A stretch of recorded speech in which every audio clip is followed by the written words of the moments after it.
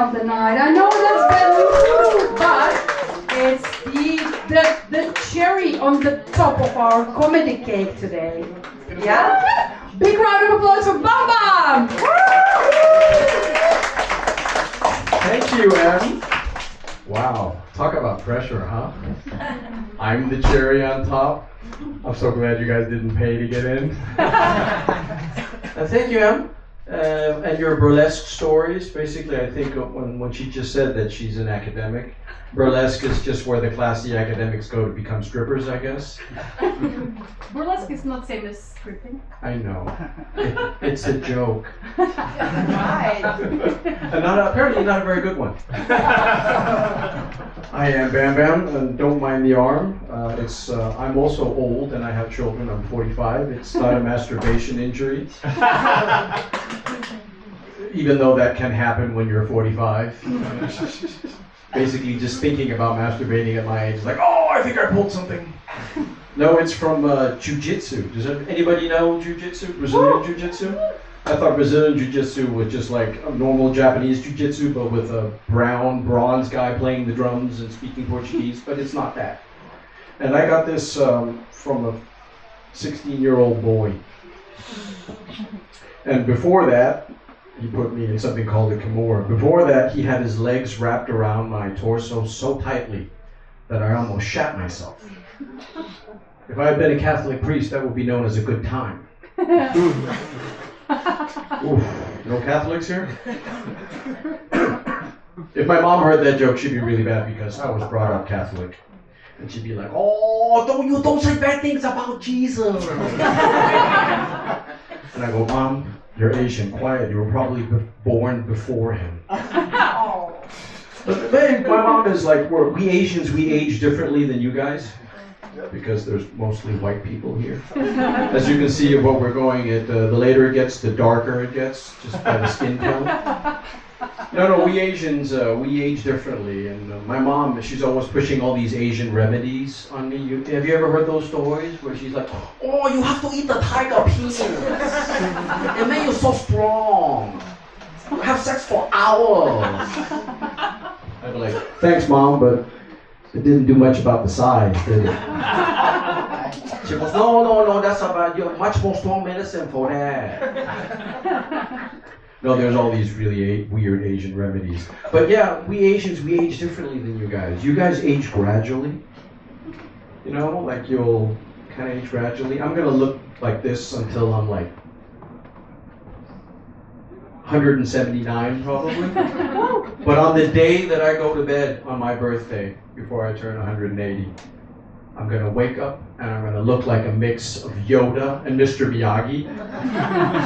I'm just going to wake up and I'll have that long beard and everything will be spoken in like Confucius language.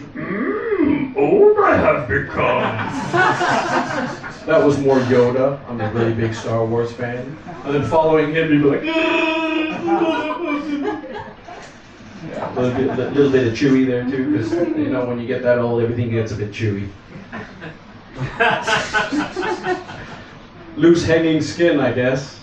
No, but you're enjoying the Danish summer, and last week we had 4 days of awesome summer. That was it. And I went to the Copenhagen Festival. Anybody know the Copenhagen Festival? Yeah. Anybody go? I'm a big metalhead, and there's nothing better than going to Copenhagen. And it's filled with all these loving, inclusive people that just want to hug you. And they look like big, burly Vikings with long beards, tattoos everywhere, even on their faces and hands. And I think I saw someone with tattooed eyeballs, too. Ouch. I'm like, did the guy slip? But yeah, the metal fans, they're the most inclusive. Everybody's welcome. Except people who don't like metal. That's basically metal. Yeah, you know it, right? And when metal fans meet each other, they're like, oh yeah, man, nice t-shirt, Slayer! And then the other one, I was like, Metallica! And speaking of that, they're band names. You all know metal bands, and they all have band names, as bands should. But they don't have a name, and they're like, But the metal band names are kind of different, you know? You have the bands where you're not really sure if they're metal. I saw a band called Lorna Shore. And Lorna Shore is probably one of the most hardest deathcore bands. And the guy looks like he just came out of NSYNC. But you wouldn't know that that's a metal band if you just heard the name Lorna Shore. Oh, is that like kind of Jersey Shore? Or maybe even like one of those reality programs with the bikinis? I'm sorry, I'm just doing the uptalk. It's not, you know, I just... Sorry. I speak like this when I get nervous. But then you have the bands where you have no doubt in your mind that they're metal.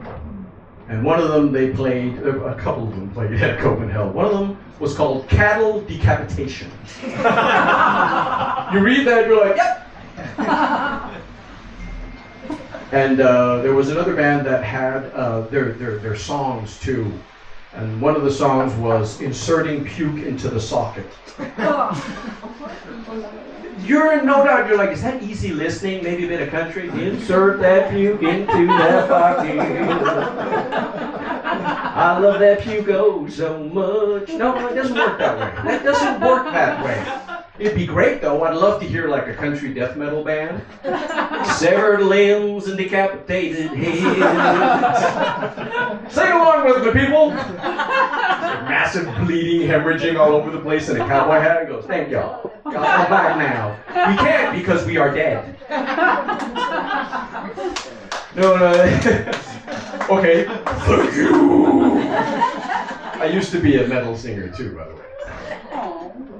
But I could sing clean too, so I was like, when you're I'm undiagnosed, so if you're bipolar, that'd be great if you're like, pain, suffering, my heart is broken. Woo! I could do that too. But there's one band, one of my favorite bands. They're also undeniably, when you hear their band name, they're called Cannibal Corpse. And they have albums like Tomb of the Mutilated and Vile. And their lead singer, his name is George Corpse Grinder. I'll tell you about him because he's fucking awesome. He's a big dude. He has no neck because he headbangs so much. His head goes down here. And then he'll play the song and he'll do his standard pose and he'll go, this one goes out to all the ladies. This song is called Fucked with a Knife. And then you just grab your loved one and go, oh babe, that's one's for us. You hold her. And then the next song is also for the couples. It's called I Come Blood. And you're like, oh babe, now we can get really close. Oh, remember our first date? Where I came blood? That was an accident though. Yeah, metal is fucking awesome. I love metal. Where was I going with all that? I just kind of get so up in all that metal stuff. I lost my train of thought. I want to go home and hear metal. Yeah, Corpse Grinder. This big guy, Corpse Grinder, he looks really fucking scary. And then they actually got into controversy about some of their album artwork and their lyrics. And they didn't go on George Corpse Grinder's Instagram, which you should. Because George Corpse Grinder, every time he goes on tour, he loves the claw machines that pick up the furry animals. And you could just see him there picking up the claw machines. And you know what he does with all the stuffed animals that he has won from all the claw machines? He goes into children's hospitals and donates them to kids. And the kids, they love it. Well, I'm not sure they love it. They're usually paralyzed by fear. Here you go.